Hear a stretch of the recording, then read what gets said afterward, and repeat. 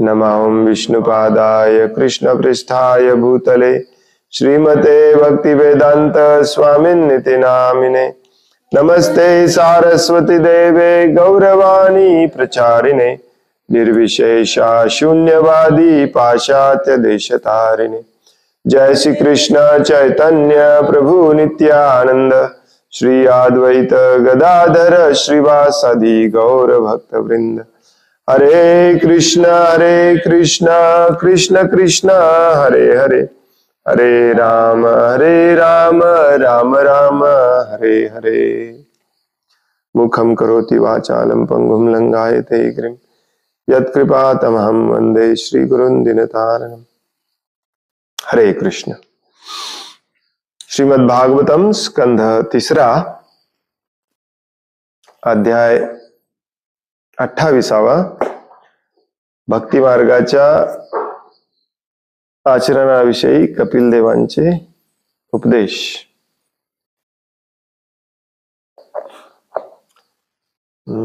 भक्ती मार्गाच्या आचरणाविषयी श्लोक नंबर 10। मनो अचिरात् स्यात् विरजम्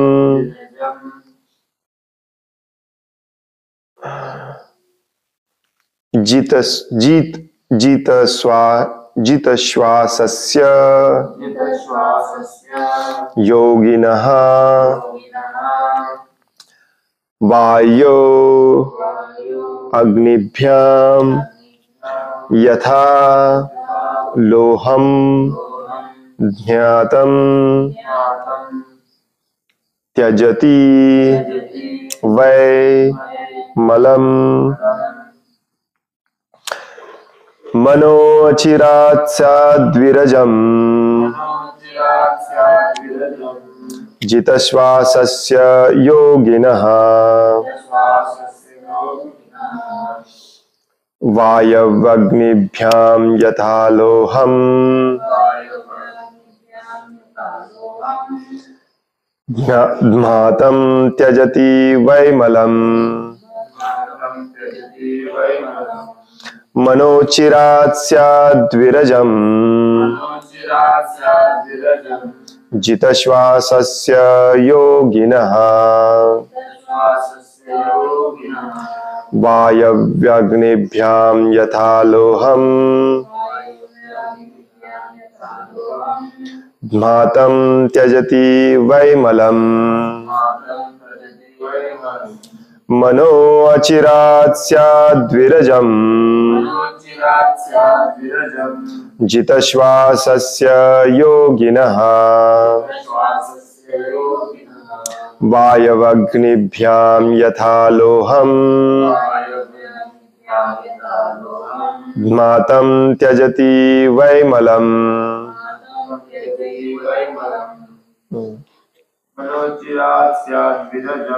मनोचिरात् स्याद्विरजम् जितश्वासस्य योगिनः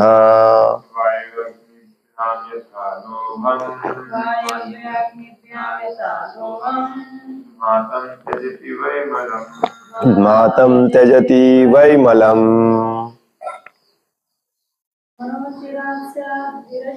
मनोचिरात् स्याद्विरजम् जितश्वासस्य योगिनः वायव्यग्निभ्यां यथा लोहम् ज्ञातं त्यजति वैमलम्। मनः मन अचिरात लवकरच स्यात् होईल विरजम चंचलतेतून मुक्त जितश्वासस्य ज्याने श्वासावर विजय मिळवला आहे योगिनः योग्याचे वायु अग्निभ्याम वायु आणि अग्नीने यथा ज्याप्रमाणे लोहम सोने महातम वारा घातल्याने त्यजती मुक्त होते वै नक्कीच मलम अशुद्धता. भाषांतर आहे, ज्याप्रमाणे अग्नीमध्ये सोने ठेवून त्यावर वारा घातला तर ते सर्व अशुद्धता जळून शुद्ध होते. त्याचप्रमाणे जे योगीजन अशा श्वास नियंत्रणाचा अभ्यास करतात ते लवकरच सर्व प्रकारच्या मानसिक अस्थिरतेतून मुक्त होतात. काल आपण वाचलं पूरक, कुंभक आणि रेचक. पूरक म्हणजे श्वास आत घेणे, कुंभक म्हणजे श्वास रोखून ठेवणे आणि रेचक म्हणजे श्वास बाहेर सोडणे, ज्याला जनरली आपण प्राणायाम म्हणतो. या प्राणायामाचा उपयोग भगवान कपिल देव सांगतात हे भगवंतांवरती मन केंद्रित करण्यासाठी केलं पाहिजे. म्हणजेच मनातली अशुद्धता पूर्णपणे जाळून टाकण्यासाठी, शुद्ध करण्यासाठी केलं पाहिजे. त्याच आज कंटिन्यू करतात. या श्लोकामध्ये भगवान कपिल देव सांगतात की ज्याप्रमाणे अग्नीमध्ये सोने ठेवून त्यावर वारा घातला तर ते सर्व अशुद्धता जळून शुद्ध होते. त्याचप्रमाणे योगीजन अशा श्वास नियंत्रणाचा अभ्यास करतात ते लवकरच सर्व प्रकारच्या मानसिक अस्थिरतेतून मुक्त होतात.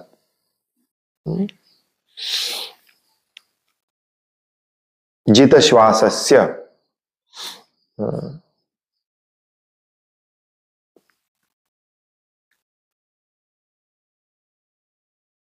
परवा दिवशी अमोल प्रभू प्रश्न विचारत होते की भाषांतरामध्ये थोडस वेगळं वाटतं शब्द टू शब्द पेक्षा. तुम्हाला इथे पण थोडस जाणवेल. जित श्वासस्यचा शब्दशः अर्थ असतो ज्याने श्वासावर विजय मिळवला. परंतु भाषांतरामध्ये प्रभुपाद आहे तसं शब्द वापरत नाहीत. काय म्हणतात? ज्याने श्वास नियंत्रणाचा अभ्यास केला आहे तो सर्व प्रकारच्या मानसिक अस्थिरतेतून मुक्त होतो. त्यालाच श्लोकामध्ये म्हणलेलं आहे त्यजती वै मलम. मलम म्हणजे अशुद्धता, परंतु भाषांतरामध्ये प्रभुपाद वापरतात अस्थिरता. The yogis who practice such breathing exercises are very soon freed from all mental disturbances. Just as gold when put into fire and fanned with air becomes free from all impurities.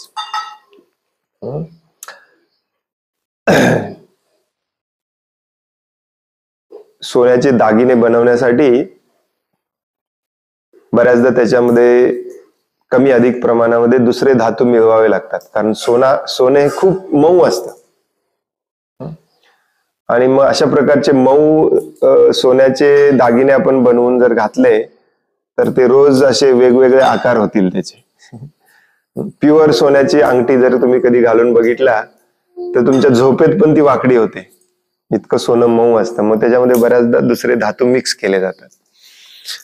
परंतु जेव्हा ते सोनं तुम्ही विकायला जाता परत सोनाऱ्याला, तेव्हा तो काय करतो, त्यात किती प्रमाणामध्ये दुसरे धातू आहेत हे शोधून काढून ते बाजूला करून फक्त सोन्याचीच किंमत तुम्हाला दिली जाते. ती बाजूला करायची जी प्रक्रिया आहे त्यालाच सोन्यामध्ये अशुद्धता मिक्स केलेली असते ती शुद्ध करण्याची प्रक्रिया म्हटलं जातं. ती कशी असते, सोन्याला अग्नीवरती ठेवलं जातं आणि त्याला वारा घातला जातो. मग ते विचळून वेगवेगळ्या टेम्परेचरला सोनं बाजूला होतं. त्यामध्ये जर लोखंड मिक्स केलं असेल तर लोखंड बाजूला होतं. तर हे उदाहरण देऊन भगवान कपिल देव इथे सांगतायत की अशा प्रकारे जेव्हा तुम्ही श्वास नियंत्रणाचा अभ्यास करून मनाला शांत करता, स्थिर करता, या भौतिक जगातल्या प्रलोभनापासून, अस्थिरतेपासून मुक्त करता, तेव्हा तुम्ही त्या मनाला भगवंतांवरती स्थिर करू शकता. श्वासावरती कोणी विजय मिळवू शकत नाही ऍक्च्युली, परंतु एक अलंकारिक पद्य भाषेमध्ये बोलायची एक पद्धती असते. आपल्या शरीरामध्ये दोन गोष्टी अशा आहेत ज्या आपण कंट्रोल करू शकत नाही. माहिती तुम्हाला?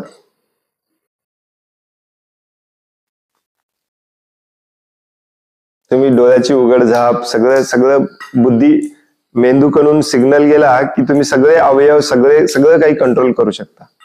परंतु दोन अवयव असे आहेत शरीरामध्ये जे तुम्ही कंट्रोल करू शकत नाही. दोन क्रिया. त्यातली पहिली असते ती म्हणजे श्वासोच्छ्वासाची.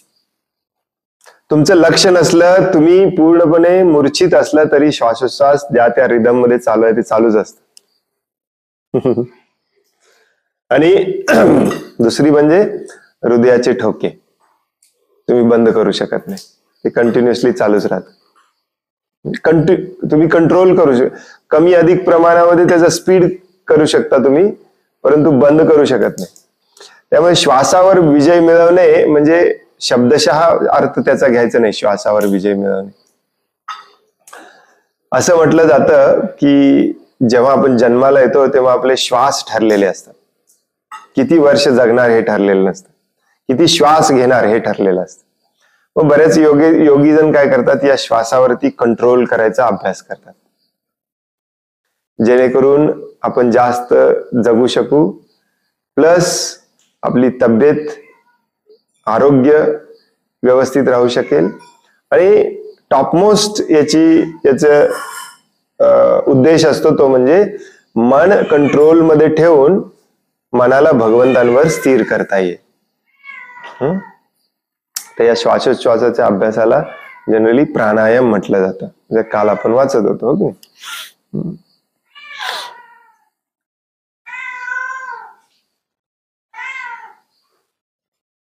You want something to eat, Krish? Vipassana नावाची जी श्वासोच्छ्वासावरतीच आधारित एक ध्यानाची प्रक्रिया, ध्यानाची प्रोसेस भगवान गौतम बुद्धांनी प्रचलित केली, ती म्हणजे श्वासाला कंट्रोल करायचं नाही. प्राणायाम मध्ये जसं कंट्रोल करतात ना, तसं ते विपश्यनामध्ये कंट्रोल करत नाहीत श्वासाला, परंतु श्वास येतोय जातोय, तो कुठे कुठे टच होतोय, हे फक्त त्याच्यावरती ध्यान केंद्रित करायचं. थोडंफार हे शून्यवादी निर्विशेषवादी मध्ये मोडतं. परंतु असे श्वासावर नियंत्रण करण्याचे प्रयोग आपल्या पूर्वजांनी, ऋषीमुनींनी भरपूर करून ठेवलेत. कारण शास्त्रामध्ये सांगितलंय, श्वासावरती जो नियंत्रण करतो तो मनावरती कंट्रोल करून ठेवू शकतो. थोडाफार याचा अभ्यास आपण केला पाहिजे. वाचतो मी तात्पर्य, थोडस हे दिव्या म्हटलं. पुढचा श्लोक पण आपण वाचणार आहोत. काल मी म्हणालो होतो की हे श्वासोच्छ्वासावर नियंत्रण करण्याची जी प्रक्रिया आहे प्राणायाम, ही कशी करायची, तुम्हाला मी पाहिजे तर लिंक पाठवतो, पण मला सापडली नाही. मी जर शोधायचा प्रयत्न केला. बाबा रामदेव आता जर थोडेसे कमर्शियल झाल्यामुळे त्यांचे जे फ्री मधले व्हिडिओ होते ते सगळे काढून टाकले त्यांनी, पैसे कमवायच्या मागे लागले. मला वाटतं 1998-99 मध्ये वगैरे हे सगळे फ्री होते. असं 50 का 51 सीडीचा बंच यायचा, 1-1 तासाचे सीडी.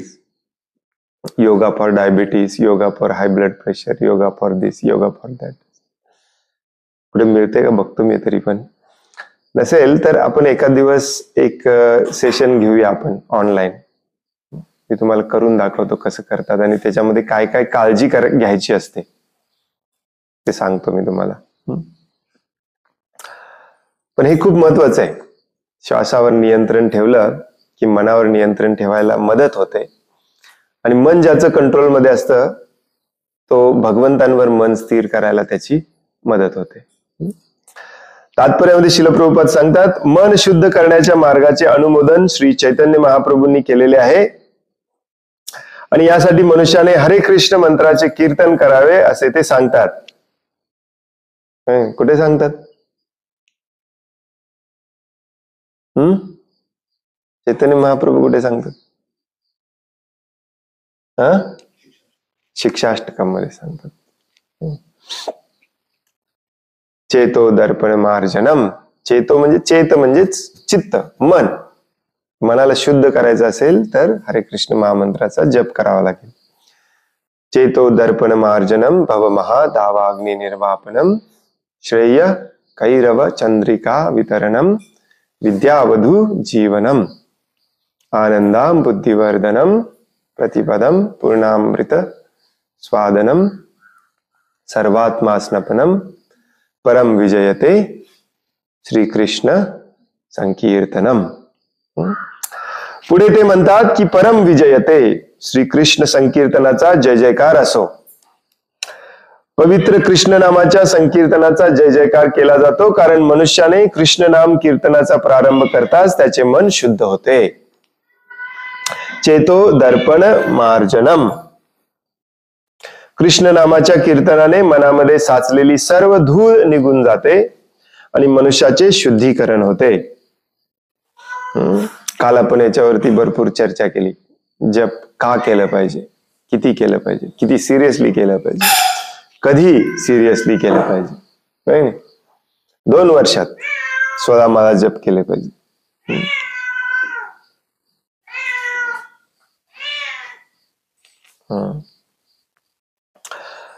ज्याप्रमाणे सोने अग्नीत टाकून त्यावर भात्याने वारा घातला असता ते शुद्ध करता येते, त्याचप्रमाणे मनुष्य प्राणायामाच्या अभ्यासाने अथवा कीर्तनाच्या विधीने मनाचे शुद्धीकरण करू शकतो. जसं काल, याचा चुकीचा अर्थ काढू नका की आपल्याला प्राणायाम केलंच पाहिजे. काल आपण डिटेलमध्ये चर्चा केली. कोणी काल नसेल तर कालचा लेक्चर परत एकदा वाचा, ऐका. थोड्याफार प्रमाणात आपल्याला त्याची मदत होते, म्हणून करायला काही हरकत नाही, परंतु त्याच्यामध्ये वाहून जायचं नाही. मेन उद्देश आहे आपला भगवंतांचं चिंतन मनन करणे.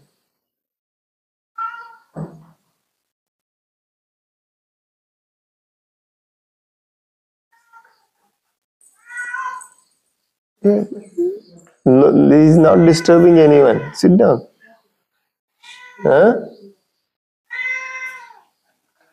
Yeah, it's okay. It's okay. It's okay. We have good noise cancellation.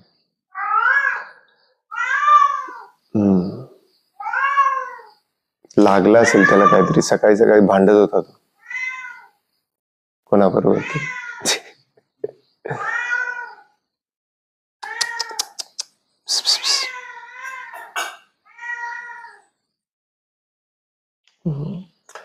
हरे कृष्ण. माफ करा. एवढंच तात्पर्य दिलेलं आहे शिल प्रभुपादांनी ते. आणि पुढच्या श्लोकामध्ये भगवान कपिलदेव म्हणतात, प्राणायामैर देह दोषान धारणाभिश्च किल्बिषान. किल्बिष हा शब्द खूप वेळा येतो. किल्बिषान म्हणजे पाप कर्म. प्रत्याहारेण संसर्गान ध्यानेनानीश्वरान गुणान. प्राणायाम क्रियेच्या अभ्यासाने मनुष्य शरीरांतर्गत दोष नष्ट करू शकतो आणि आपले मन एकाग्र करून पाप कर्मांपासून मुक्त होऊ शकतो. इंद्रियांचा संयम साधून तो भौतिकतेच्या संसर्गापासून मुक्त होऊ शकतो आणि पुरुषोत्तम भगवंतांचे ध्यान करून तो प्राकृतिक त्रिगुणांच्या आसक्तीपासून मुक्त होऊ शकतो. तर खऱ्या अर्थाने जेव्हा योग, आसन आणि प्राणायाम याचा उपयोग हा भगवंतांवर ध्यान केंद्रित करण्यासाठी आणि या भौतिक जगाच्या 3 गुणांच्या प्रभावातून मुक्त होण्यासाठी केला जातो, तेव्हाच तो उपयोगी असतो. नसेल तर त्याचा काही उपयोग नाही. आता तुम्ही म्हणू शकाल की प्रभूजी मला तर उपयोग झालाय, प्राणायाम करून माझा BP ठीक झाला, माझा डायबिटीस ठीक झाला, मला हा आजार होता, तो आजार होता, स्किनचे आजार होते, सगळे बरे झाले. अशा बऱ्या होण्याला शास्त्रामध्ये चांगलं म्हटलेलं नाहीये, कारण अशा बऱ्या होण्याने परत या भौतिक जगामध्येच आपण अडकून राहतो. असं बरं होणं तुम्हाला शरीर चांगलं टिकवून ठेवून भगवंतांच्या सेवेमध्ये वापरण्यासाठी मदत होत असेल तर प्राणायाम करायला काही हरकत नाही. परंतु पतंजली ऋषी आणि संपूर्ण अष्टांग योगाची जी प्रक्रिया आहे, जी भगवान कपिलदेव समजावून सांगत आहेत काय, आता 2-3 दिवस झाला आपण वाचत आहोत. त्याचा मेन उद्देश हाच असला पाहिजे की मन एकाग्र करून पाप कर्मातून मुक्त होणे, पाप कर्म थांबवली पाहिजेत. जेव्हा जेव्हा आपण आपलं मन विचलित होतं, हे पाहिजे, हे पाहिजे, ते पण पाहिजे, ते पण पाहिजे, त्याच्याकडचं पण पाहिजे, तेव्हा तेव्हा आपण पाप कर्म करतो. आपल्याला पाहिजे तेवढं मिळालंय तेवढ्यामध्ये संतुष्ट राहत नाही, दुसऱ्याचं हिसकावून घ्यायचं बघतो. ते थांबवलं पाहिजे. त्याच्यासाठी मनाला कंट्रोल केलं पाहिजे. आणि मनाला कंट्रोल करण्यासाठी इथे प्राणायामाचा अभ्यास करायला सांगितलेला आहे. परंतु तात्पर्यामध्ये पुन्हा पुन्हा आपल्याला श्रील प्रभुपाद सांगतात प्राणायामाचा अभ्यास करा किंवा काय करा, हरे कृष्ण महामंत्राचा जप करा. दोन्ही सेम आहे, किंवा दोन्ही करा. परंतु कलियुगामध्ये प्राणायाम थोडंसं अवघड जातं करायला, थोडस नाही भरपूर अवघड जातं. परंतु हरे कृष्ण महामंत्राचा जप करणं सगळ्यांना सोपं आहे. 4 वर्षाचा मुलगा पण करू शकतो. हरे कृष्ण कृष्ण कृष्ण हरे हरे, हरे राम राम राम हरे हरे. याला महामंत्र म्हटलेला आहे उपनिषदांमध्ये. महामंत्र म्हणजे काय, असा मंत्र जो एकदम सोपा आहे, इमर्जन्सी मध्ये सगळे म्हणू शकतात, आणि कलियुगामध्ये तोच एक मंत्र म्हणू शकतो आपण. बाकीचे सगळे मंत्र म्हणायची आपली पात्रता नाही. मंत्र या शब्दाचा अर्थ असतो, पुन्हा एकदा जसं या श्लोकात सांगितलंय तसं, मंत्रायते इति मंत्र. मनाला जो संरक्षण देतो त्याला म्हणतात मंत्र. मनाला संरक्षण द्यायची का गरज आहे, काय मन भरकटतो. कशामुळे, इंद्रिय तृप्तीच्या इच्छेमुळे. आणि भरकटल्यामुळे काय होतं, तो पाप कर्म करतो. पाप कर्म केल्यामुळे काय होतं, त्याला दंड मिळतं आणि त्याला पुन्हा पुन्हा दुःखात खितपत पडावं लागतं. या सगळ्या अडकलेल्या अवस्थेतून बाहेर पडायचं असेल तर आपल्याला मनाला कंट्रोलमध्ये ठेवलं पाहिजे. भगवान कपिलदेव अगदी प्रॅक्टिकली सांगतात आपल्याला मनाला कंट्रोलमध्ये ठेवलं पाहिजे.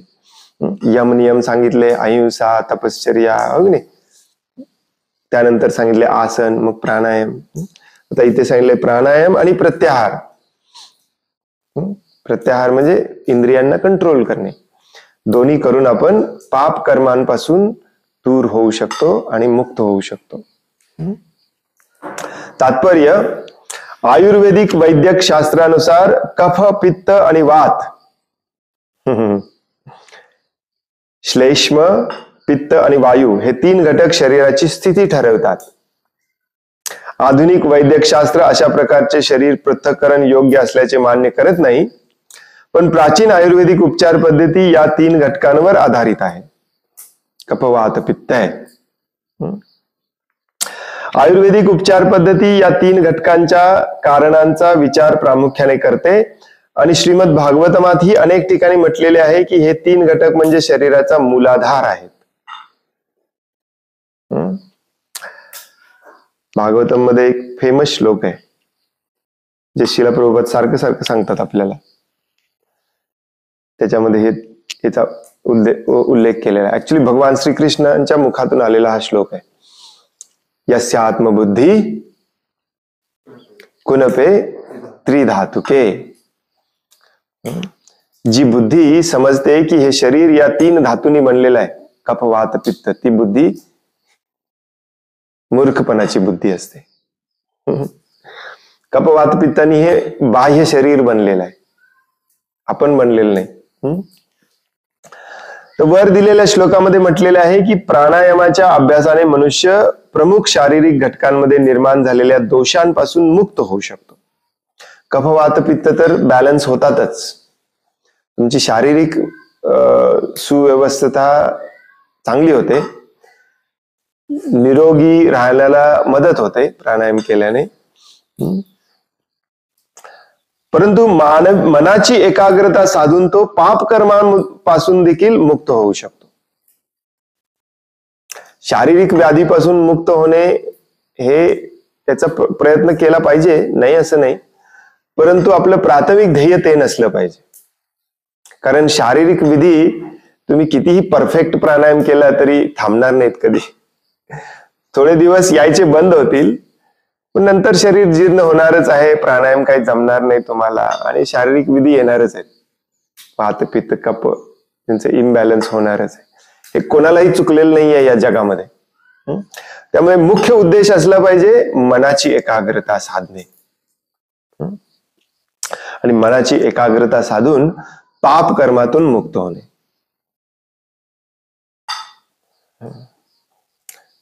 बऱ्याच लोकांना लगेच प्रभूजी कपिल देवानी सांगितलंय प्राणायाम करायला, आपण पण करूया. कपिल देवानी पाप कर्मातून मुक्त व्हायला पण सांगितलंय. मे बी उद्या परवा बघूया पाप कर्मातून कसं मुक्त. आज मला फक्त बीपी कसा कमी करायचा एवढंच शिकवा. पाप कर्म बंद करायची आपली इच्छा नाही. आणि मग पाप कर्मासाठीच आपण दुसऱ्याचं शोषण करत असतो. मनाची एकाग्रता साधून पाप कर्मातून मुक्त होऊ शकतो. का हे केलं पाहिजे? इंद्रियांचा निग्रह करून तो स्वतःला भौतिक संसर्गातून अलिप्त ठेवू शकतो. आणि अशा प्रकारे इंद्रियांना कंट्रोल करू शकतो. आणि इंद्रियांना मनाला कंट्रोल केल्यामुळे सत्व रज आणि तमोगुणाच्या प्रभावातून तो वेगळा राहू शकतो. सत्व रज आणि तमोगुणाचा प्रभाव बंद केला की सुख दुःख संपलं. एवढं इझी गणित आहे. सुख आणि दुःख हे तोपर्यंतच आहे जोपर्यंत या 3 गुणांचा प्रभाव आहे.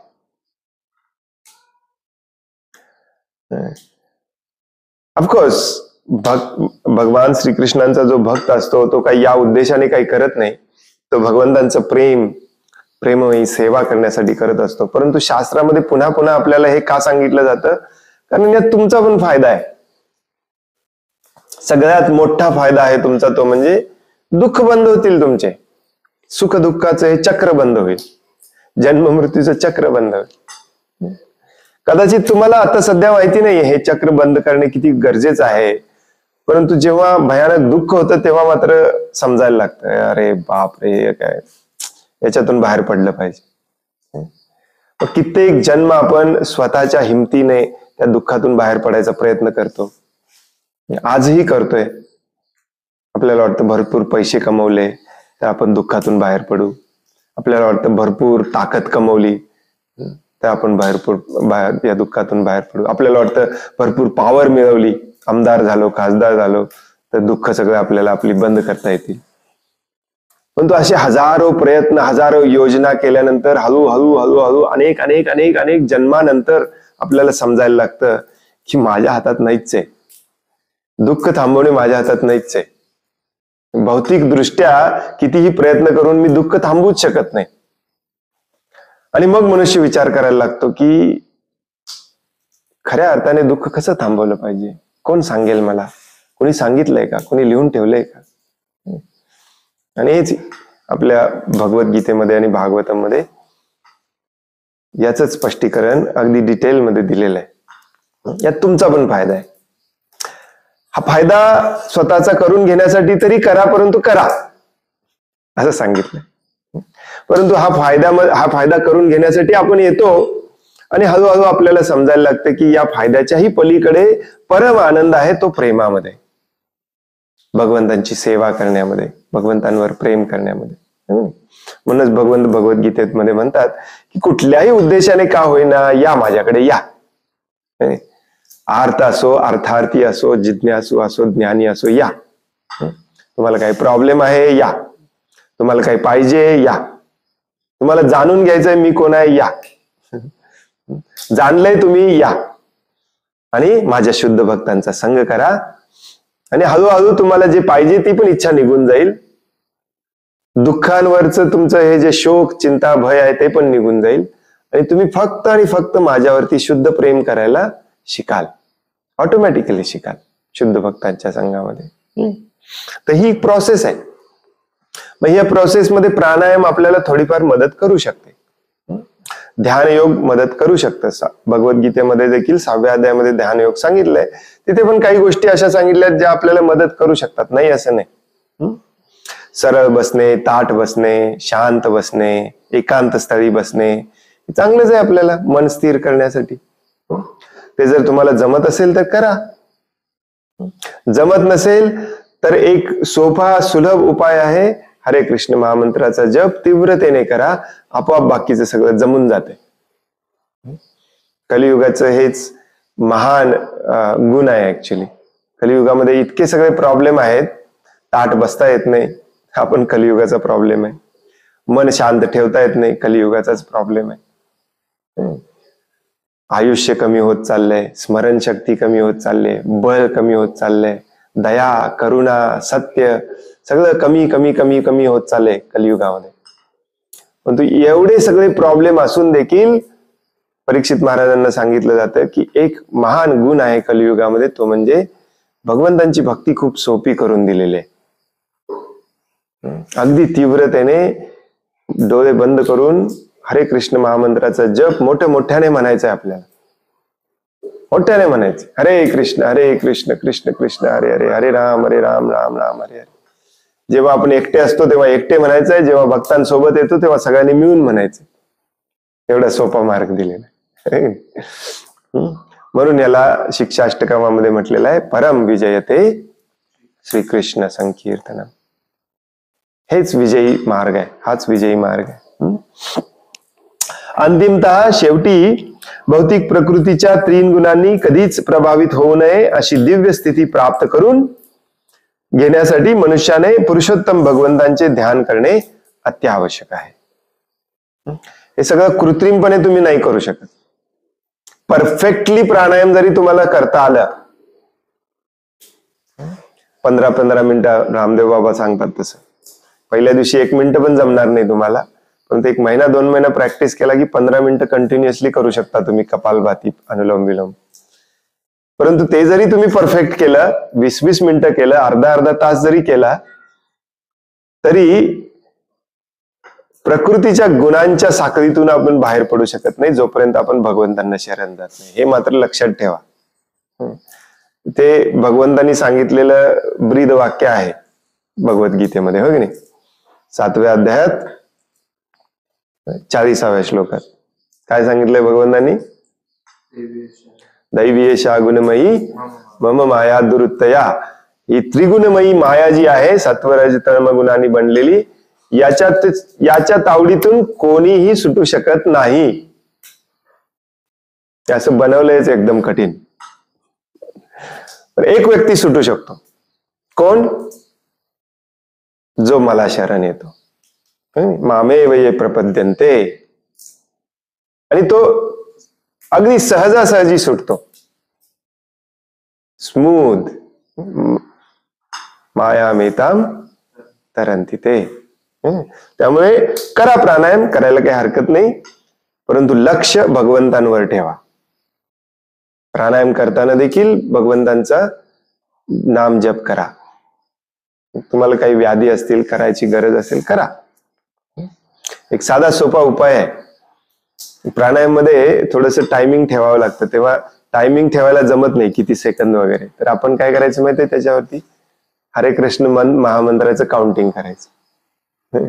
जसं अनुलोम विलोम मध्ये सांगितलं जातं, खूप स्लो श्वास आत घ्यायचा असतो एका बाजूनी आणि खूप स्लो श्वास बाहेर सोडायचा असतो. खूप स्लो असा. रामदेव बाबा हे शिकवताना कधी कधी सांगतात 10 पर्यंत काउंट करा. 1 2 3 4 5 6 7 8 9 10. आणि सोडताना पण 1 2 3 4 5 6 7. आपण काय करायचं, आपण टेक्निक वेगळी वापरायची. आपण एक महामंत्र म्हणायचा, हरे कृष्ण कृष्ण कृष्ण हरे हरे, हरे राम राम राम हरे हरे, हरे कृष्ण कृष्ण कृष्ण हरे हरे, हरे राम राम. दोन्ही साध्य होतात मग आपले. हो की नाही? भगवंतांवरचं लक्ष गेलं नसलं पाहिजे. मग काय पण करा, जीवनाचा हा उद्देश असला पाहिजे.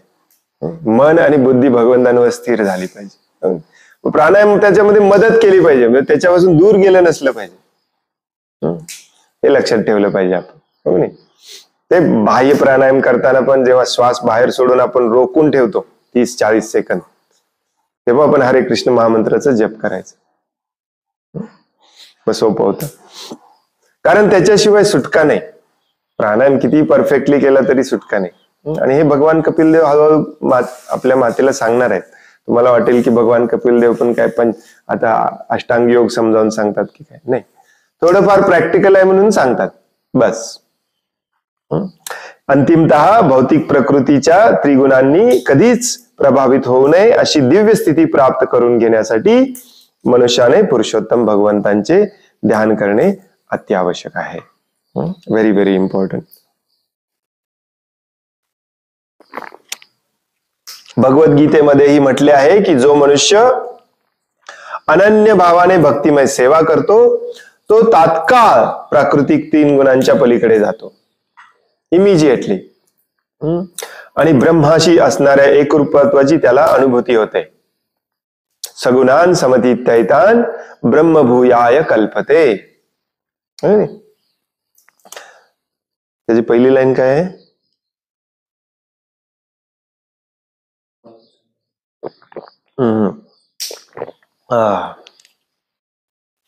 माम चयो अव्यभिचारेण भक्ति योगेन सेवते. जो कोणी माझी भक्तिमय सेवा एकनिष्ठपणाने अव्यभिचारेण म्हणजे कुठलाही पाप भावना न ठेवता माझी भक्तिमय सेवा करतो तो तत्काळ लगेच सगुणान या 3 गुणांच्या पलीकडे लगेच जातो. तो सगुणान समतीत ब्रह्मभूयाय कल्पते, ब्रह्मावस्था प्राप्त करतो. तर योग पद्धतीतील प्रत्येक क्रियेसाठी भक्ती मार्गात समांतर क्रिया आहेत, परंतु भक्ती योगाचे आचरण या युगात अधिक सोपे आहे. श्री चैतन्य महाप्रभूंनी प्रतिपादन केलेला मार्ग म्हणजे काही नवीनच भाष्य नाही. भक्ती योग हा एक सुलभ मार्ग आहे आणि त्याचा प्रारंभ श्रवण आणि कीर्तनाने होतो. श्रवणम कीर्तनम. भक्ती योग आणि इतर योग यांचे अंतिम उद्दिष्ट एकच आहे, ते म्हणजे पुरुषोत्तम श्री भगवान. पण एक भक्ती योग सहज सुलभ व अधिक व्यवहारी आहे. व्यवहार म्हणजे प्रॅक्टिकल. कुठेही बसून हातात जपमाळ घेऊन तुम्ही जप करू शकता. लहान मुलगा पण करू शकतो. हरे कृष्ण कृष्ण कृष्ण हरे हरे, हरे राम राम राम. आणि हे मंत्र आपल्याला मनाला रक्षण देतं आणि हे सोपं आहे. दुर्दैवाने कलियुग इतकं स्ट्रॉंग होत चाललंय. या मंत्राला माहितीये, हरे कृष्ण महामंत्राला शास्त्रामध्ये इमर्जन्सी मंत्र म्हटलेला आहे. इमर्जन्सी मंत्र म्हणजे जे सगळे म्हणू शकतात, इतका सोपा आहे. असे अनेक मंत्र आहेत शास्त्रामध्ये जे ठराविक कामासाठी दिलेले आहेत. जसे की महामृत्युंजय मंत्र आहे, गायत्री मंत्र आहे, हे मंत्र ते मंत्र, भरपूर असे मंत्र असतात काही कामात. परंतु ते मंत्र कलियुगामध्ये आपण म्हणू शकत नाही, कारण त्यांचा उच्चार देखील इतका परफेक्टली करावा लागतो, तेच जमत नाही आपल्याला. आज सकाळीच मी वाचत होतो, प्रभुपाद सांगतात की माझ्या सगळ्या शिष्यांना उच्चार व्यवस्थित करता आला पाहिजे सगळ्या श्लोकांचा वगैरे. त्याच्यासाठीच मी संस्कृतमध्ये इतकं लक्ष देऊन तुम्हाला संस्कृत डायक्रिटिक्स दिलेले आहेत. एखाद्या शब्दावरती लाईन आहे, एखाद्या शब्दाखाली डॉट आहे, रेष आहे, पाय मोडलेला आहे. एवढं सगळं व्यवस्थित का दिलंय? तुम्हाला ते व्यवस्थित म्हणता आलं पाहिजे. बघा बरेच जण हे मंत्र चुकीचे म्हणतात, म्हणता येत नाही तरी पण म्हणतात. परंतु हा हरे कृष्ण महामंत्र असा एकदम सोपा मंत्र आहे की तो कुठल्याही अवस्थेमध्ये तुम्ही म्हणू शकता. प्रभुपाद एकदा उदाहरण देऊन सांगतात की एखादा खूप महान शास्त्रज्ञ, कवी, लेखक, तत्वज्ञानी असेल, त्याला बोलायला उभं केलं की तो बोलायला सुरुवात करतो. एकदम सॉफिस्टिकेटेड बोलणं असतं त्याचं. स्टेजवरती बोलू दे, 4 मित्रांमध्ये बोलू दे, एकदम सॉफिस्टिकेटेड. पण तू समजा त्याला पोहायला येत नसेल आणि तो नदीत पडला, तर तो पुलावर उभे असलेले 4 लोकांना तो नदीतून कविता म्हणून सांगू शकतो का? अरे मित्रांनो, मला वाचवा रे मित्रांनो, अशा प्रकारे मी इथे अडकलेलो आहे. तर त्याची वक्तृत्व कला ते फेल असते. तेव्हा त्याची इमर्जन्सी कला फक्त उपयोगी पडते. वाचवा वाचवा वाचवा ते, आणि मग तो मंत्र लोकांपर्यंत जाऊन पोहोचतो आणि मग त्याला लोक वाचवू शकतात. तर हरे कृष्ण महामंत्र हा असा आहे. तुम्हाला याच्यासाठी कुठली कला यायची गरजेचं नाही, संस्कृत यायचं गरजेचं नाही, ताल सूर लय कशाची गरज नाही, पवित्रता आंघोळ केली पाहिजे, बाथरूम मध्ये बसलोय कशाची काही नियम नाहीत, बंधनं नाहीत, काही नाहीत, कधीही म्हणू शकता. फास्ट म्हणू शकता, स्लो म्हणू शकता, जोर जोरात म्हणू शकता, मनात म्हणू शकता, काही कसंही चालतं. म्हणून याला इमर्जन्सी मंत्र म्हणतात. आणि हा काम करतो कायम, कारण ही अगदी आक्रोशाने केलेली पुकार आहे, वाचवा वाचवा अशी. हरे कृष्ण कृष्ण कृष्ण हरे हरे, हरे राम राम राम हरे हरे. परंतु कलियुगाची मजा बघा, या महामंत्राचं पण उच्चारण आपण चुकीचं करतो. काही लोक करतात हरे कृष्णा कृष्णा कृष्णा. हे कृष्णा नाहीये, कृष्ण म्हटलं पाहिजे. कृष्णा म्हटलं की द्रौपदी येणार तुम्हाला वाचवायला, आणि ती म्हणणार मलाच वाचवायला भगवंत पाहिजेत, मी तुम्हाला कुठून वाचवणार. हरे कृष्ण म्हटलं पाहिजे, कृष्णा नाही. आपण उच्चार थोडंफार एवढं तरी उच्चार व्यवस्थित शिकलं पाहिजे. बाकी जर राहू दे मरू दे, आपल्याला कलियुगात आपल्याला श्लोक बिक काय लक्षात ठेवायचे नाही. आणि हरे रामा नाही, रामा पण नाही आणि रामो पण नाही. हरे राम राम राम हरे हरे. हरे कृष्ण कृष्ण कृष्ण हरे हरे. आणि जप करताना हे उच्चार व्यवस्थित यावेत, या स्पीडनीच करायचं. प्रत्येकाचा वेगळा असू शकतो स्पीड.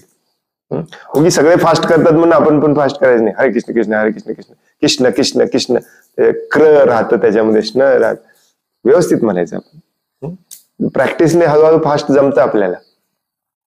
हरे कृष्ण कृष्ण कृष्ण हरे हरे, हरे राम राम राम हरे. व्यवस्थित करायचं. सोपं आहे, एकदम सोपं आहे. म्हणून आपल्याला चैतन्य महाप्रभूंनी सांगितलेलं आहे, तत्र अर्पिता नियमिता स्मरणेन काल. याला नियम आणि बंधन, काळ कशाचं बंधन नाहीये. कधी पण म्हणा, कसंही म्हणा. मनाला हे संरक्षण देतं. मनाला संरक्षण पाहिजे. आपल्या कलियुगातल्या जीवांना तरी मनाला खूप संरक्षण पाहिजे. जोर जोरात म्हटलं पाहिजे आपण. काही जण सांगतात मनातल्या मनात म्हणा, नो, जोर जोरात म्हणलं. जोर जोरात म्हणायला काय होतं माहितीये, जीभ पण सेवेत राहते आणि कान पण सेवेत राहते. मनातल्या मनात म्हटलं की कोणीच सेवेत राहत नाही. जेवढे जास्त इंद्रिय आपण भगवंतांच्या सेवेत वापरू तेवढं चांगलं आहे, हो की नाही. हात वारे करत म्हणा हरे कृष्ण हरे, हात पण सेवेत राहतो. हो की नाही. सेवा महत्वाची आहे. भक्तियोग हा एक सुलभ मार्ग आहे आणि त्याचा प्रारंभ श्रवण व कीर्तनाने होतो. भक्तियोग आणि इतर योग यांचे अंतिम उद्दिष्ट एकच आहे, आणि ते म्हणजे पुरुषोत्तम श्री भगवान. पण भक्तियोग सहज सुलभ आणि अधिक व्यवहार्य आहे, म्हणजे प्रॅक्टिकल आहे. व्यवहार्य म्हणजे प्रॅक्टिकल आहे. तर बाकीचे आचरणास कठीण आहे. मनुष्याने एकाग्रता आणि इंद्रिय संयमाद्वारे आपली शारीरिक स्थिती शुद्ध केली पाहिजे, आतून बाहेरून. आणि त्यानंतर तो आपले मन भगवंतांच्या स्थायी स्थित करू शकतो. या अवस्थेचंच समाधी असे म्हटले जाते. भगवंतांचं एक क्षणाचा 100वा भाग, एक निमिष देखील भगवंतांचं विस्मरण झालं नसलं पाहिजे. त्या अवस्थेला समाधी अवस्था म्हणतात. मग तुम्ही ड्रायव्हिंग करत असो, चालत असो, काही करत असो, स्मरण भगवंतांचं सदैव असलं पाहिजे, त्याला समाधी म्हणतात. आणि ही समाधी अवस्था प्राप्त करण्यासाठी भक्ती योगाचा जो मार्ग आहे तो एकदम सोपा सुलभ मार्ग. भक्तिमय सेवा करणे, भगवंतांचं स्मरण इझिली होतं आपल्याला, सेवा करत राहिलो तर. आपण सेवा नाही केली की स्मरण होत नाही, कारण सेवा ज्याच्यासाठी करतो त्याचं स्मरण होतं, बॉसचं. तर हे लक्षात ठेवलं पाहिजे.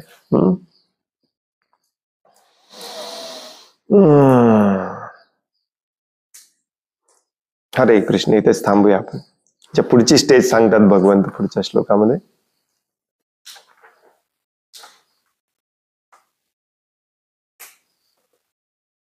हरे कृष्ण. कोणाला काही प्रश्न आहे, काही सांगायचं आहे?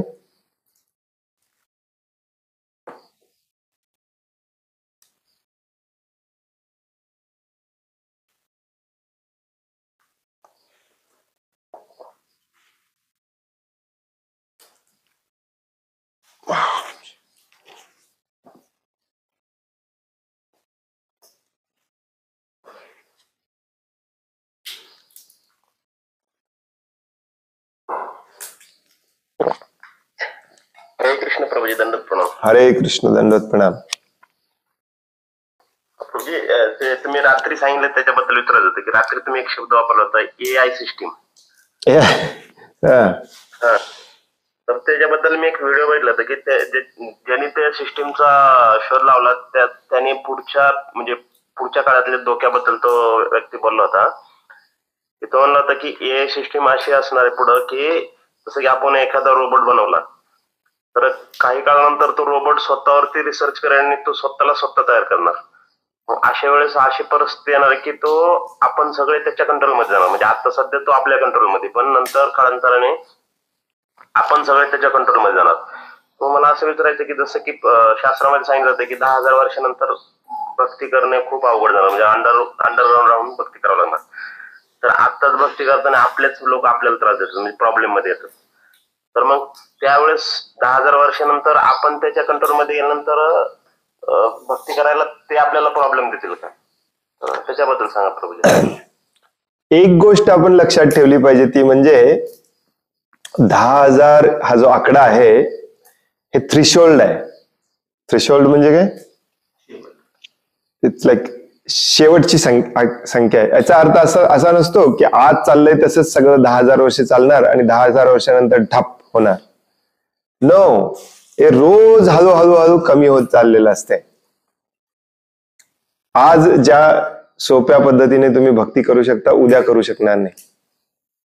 त्याच्यापेक्षा अजून जास्त कठीणाई येणार परवा दिवशी.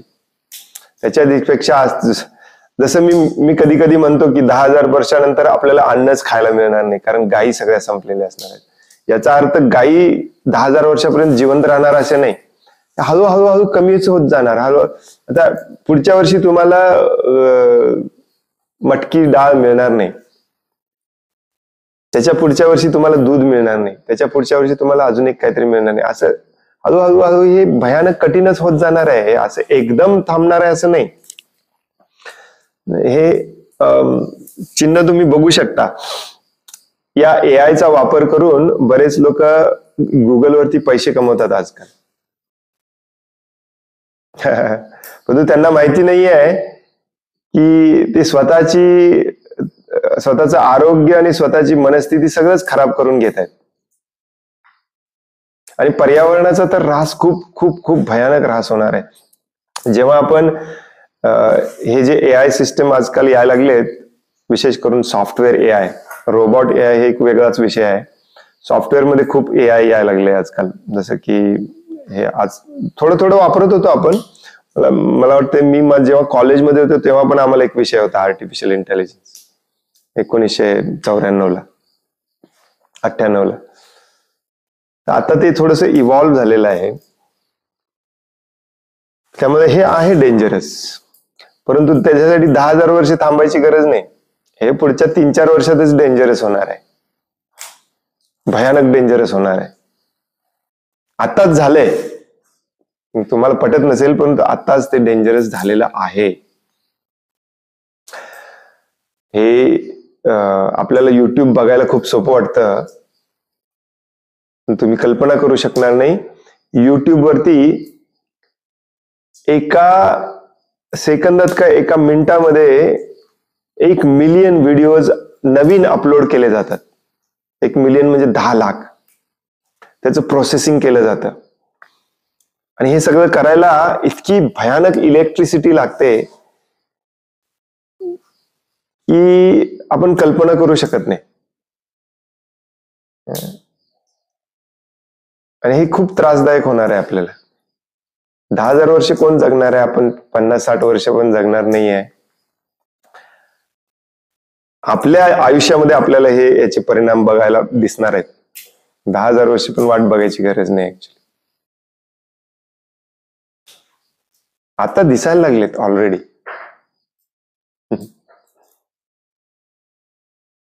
माणूस पर्यावरणाची आणि स्वतःची एवढी महाभयानक विध्वंस करत चाललेला आहे, परंतु टेक्नॉलॉजीचा वापर करून तो फक्त हा विध्वंस किती होतोय हे मोजण्यासाठी नवीन टेक्नॉलॉजी शोधून काढतोय, परंतु हा विध्वंस थांबवायचा कसा याच्यावरती उपाय शोधून काढत नाही. कारण ती बुद्धी कलियुगातल्या माणसाकडे नाही आता. हे थांबवणार नाही कोणीच थांबवणार नाही.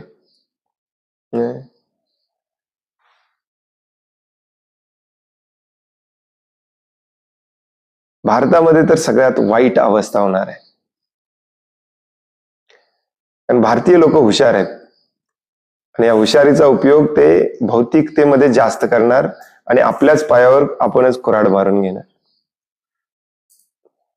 आज देखील बघा, फेसबुक, युट्यूब यांचा जन्म झाला अमेरिकेमध्ये, परंतु वापर सगळ्यात जास्त होतो भारतामध्ये. माहिती तुम्हाला? एआयचं पण तेच होणार आहे. त्याचा सगळ्याचा जन्म होणार आहे अमेरिकेमध्ये, वापर सगळ्यात जास्त होणार आहे भारतामध्ये. आणि तो वाईट पद्धतीनेच वापर होणार आहे. चांगल्या पद्धतीने कोणीही टेक्नॉलॉजीचा वापर करत नसतो. टेक्नॉलॉजी फक्त सांगायची, चांगलं काहीतरी करण्यासाठी आपण शोधून काढतोय म्हणून, पहिल्यांदा त्याचा वापर वाईटासाठीच होत असतो. म्हणून आपले ऋषीमुनी खूप हुशार होते. ते टेक्नॉलॉजी झाकून ठेवायचे, सामान्य जनतेच्या हातात पडू नये याची काळजी घ्यायची. आज आपण काय करतोय? पैशासाठी टेक्नॉलॉजी शोधून काढली की दुसऱ्या महिन्यात आपण सामान्य जनतेच्या हातात देतोय, ज्याला वापरणं कसं वापरायचं माहिती नाही. कालच मी एक आकडेवारी बघत होतो, त्याच्यामध्ये सांगितलेलं आहे की भारत सध्या 1 नंबरला आहे प्लास्टिकच्या वापरामध्ये. प्लास्टिक शोध लावला प्लास्टिकचा आपण, आणि सामान्य जनतेला वापरायला दिलं, संपलं. आता भारतात प्लास्टिकचा वापर कोणीही थांबवू शकत नाही. ब्रह्माजी जरी आले तरी थांबवू शकत नाही. इतकी वाईट अवस्था आहे. कशाला 10,000 वर्ष थांबायची गरज आहे? आता पुढच्या वर्षात तुम्हाला दिसणार आहेत याचे परिणाम, भयानक परिणाम.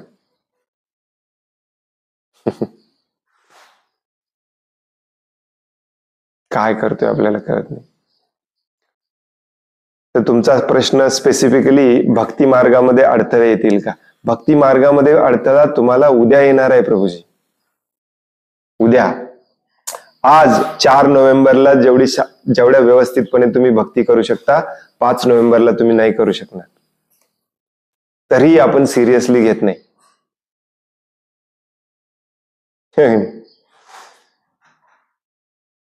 अमेझिंग. तुमचं शरीर तुम्हाला साथ देणार नाही. पहिली गोष्ट म्हणजे 1 दिवसाने तुमचं शरीर म्हातारं होणार आहे, वात वाढणार आहे, पित्त वाढणार आहे, कफ वाढणार आहे. म्हणून कुलशेखर आल्वार म्हणतात, आत्ता या क्षणी मला मृत्यू येऊ दे, कारण मला भगवंत आठवत आहेत आत्ता. उद्या माझा वात वाढला, पित्त वाढला, कफ वाढलं, मला भगवंत आठवणार पण नाही.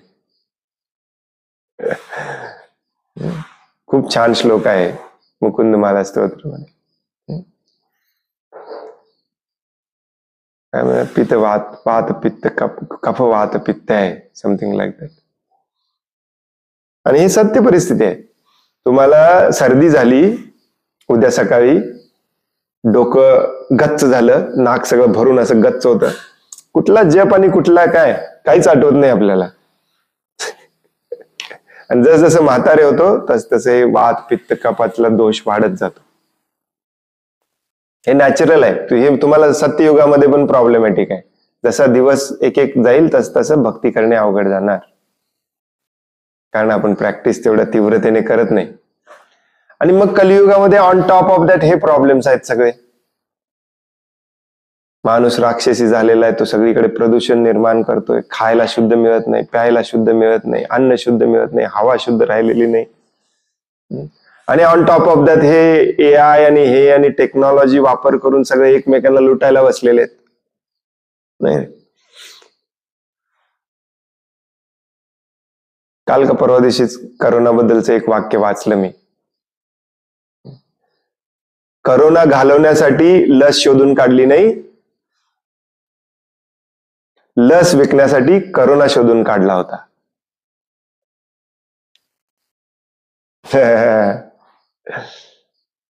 असे पॉवरफुल राक्षस आहेत आता सध्या देखील. त्यांचा पॉवर ऍक्च्युली रावण हिरण्यकशिपूंच्या एवढं नाही आहे, परंतु त्यांच्या लेवलचे व्हायला लागलेत ते हळूहळू. इलॉन मस्कचा विचार आहे की पृथ्वीच्या भोवती सगळीकडे करोडो सॅटेलाइट असे पृथ्वीला पूर्ण झाकून टाकायचं सॅटेलाइटनं, जेणेकरून जगाच्या काना कोपऱ्यामध्ये, जंगलातल्या कोपऱ्यामध्ये देखील आपण 100 Gbps 1 TB पर सेकंडचं इंटरनेट प्रोव्हाइड करू शकतो. का? कारण तिथे जंगलात पूर्ण आतमध्ये 500 किलोमीटरच्या जंगलात आतमध्ये जाऊन घनदाट जंगलात अरण्यात झाडावरती बसून आपल्याला टिकटॉक आणि युट्यूब बघता आलं पाहिजे. आणि या राक्षसांना परवानगी पण देतात हे राक्षस आपले.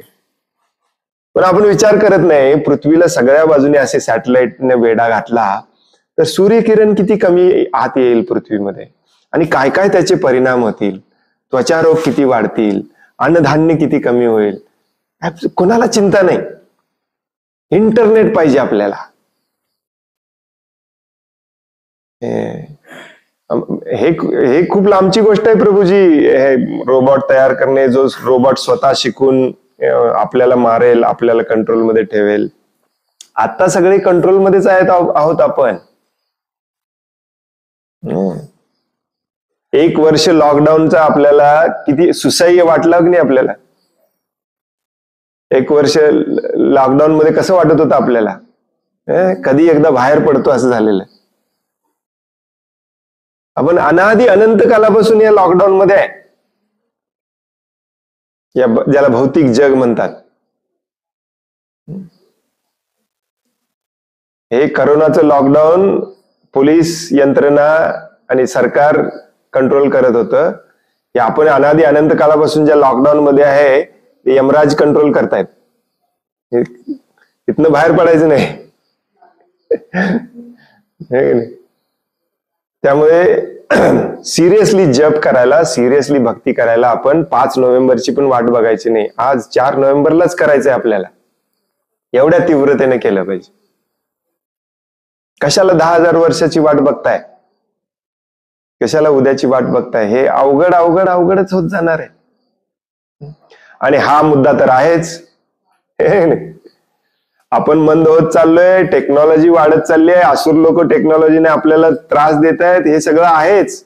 पोल्युशन आहे, अशुद्धता आहे, सगळं आहे. ऑन टॉप ऑफ दॅट काही प्रभुपादांसारखे शुद्ध भक्त हे समजावून सांगायला येतात, त्यांना पण मारून असुर लोक चुकीचं भक्ती समजावून सांगतात. कशी करायची भक्ती. मग का याच्यात मूर्ख सगळ्यात आपण आहोत. जो व्यक्ती म्हणतो की आजचं प्रभूजी उद्या बघूया, 5 नोव्हेंबर पासून अगदी मी सिरियसली भक्ती करतो, तो सगळ्यात मूर्ख, 1 नंबरचा मूर्ख व्यक्ती असतो. हे AI चा शोध लावणारे, हे राक्षसी प्रवृत्तीचे इलॉन मस्क वगैरे, हे मूर्ख नाही आहेत, हे आसुरी आहेत. मूर्ख आपण आहोत.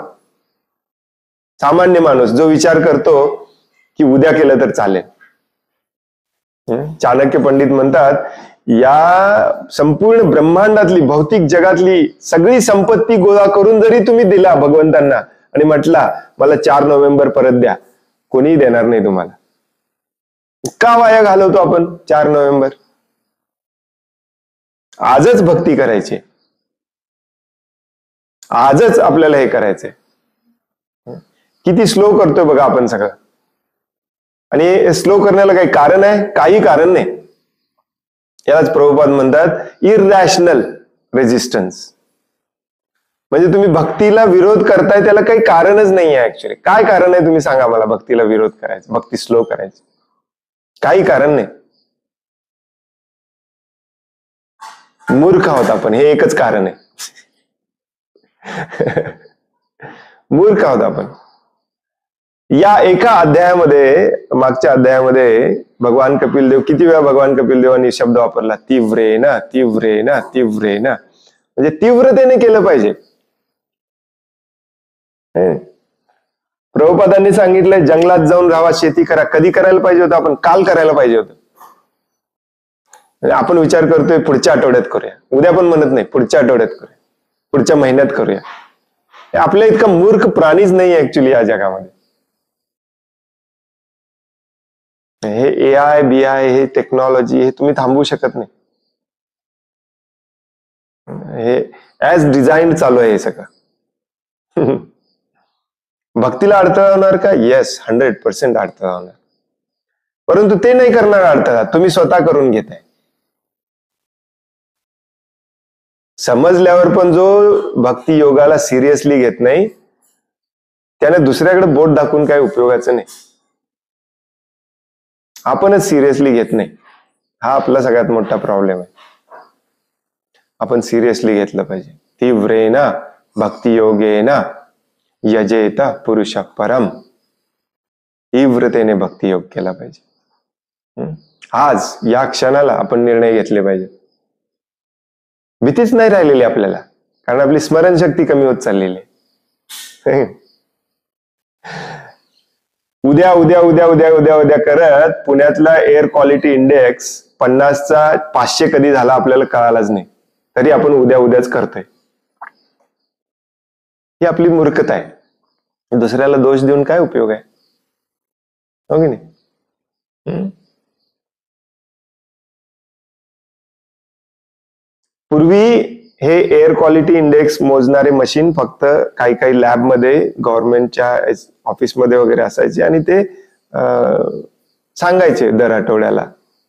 आता गाडीमध्ये तुमच्या आहे, जो तुम्हाला प्रत्येक क्षणाला सांगू शकतो की तुम्ही 500 एअर क्वालिटी इंडेक्स मध्ये धूळ श्वास घेताय, लवकरच मरणार आहे. आणि आपण काय करतोय? हसतोय आपण. गाडीत AC मध्ये बसून काचा वर करून म्हणतो बघा डिस्प्ले 500 एअर क्वालिटी इंडेक्स झाला. लाज वाटायला पाहिजे आपल्याला हसताना. आपल्या मुलांची पण आपल्याला चिंता नाही, भविष्याची चिंता नाही. भक्ती योगामध्ये अडथळे येणार, येस 100% येणार. 10,000 वर्षाने नाही, आत्ता येणार, उद्या सकाळी येणार आहे. आज जेवढ्या सोप्या पद्धतीने तुम्ही भक्ती करता, उद्या सकाळी नाही करू शकणार. त्यामुळे निर्णय आज घ्यायचा आहे आपल्याला, आत्ता घ्यायचा आहे. हे बऱ्याच लोकांना कळत नाही, कारण सगळे काम ईश क्रोधेश त्याच्यामध्ये बिझी आहेत सगळे.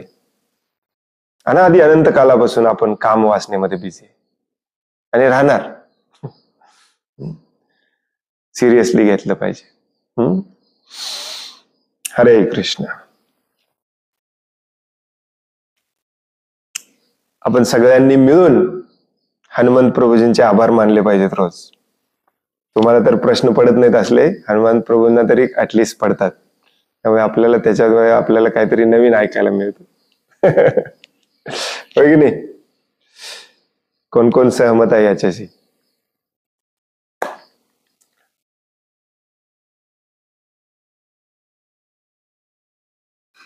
हरे कृष्ण. आणखीन कोणाला काही प्रश्न आहे, काही सांगायचं आहे?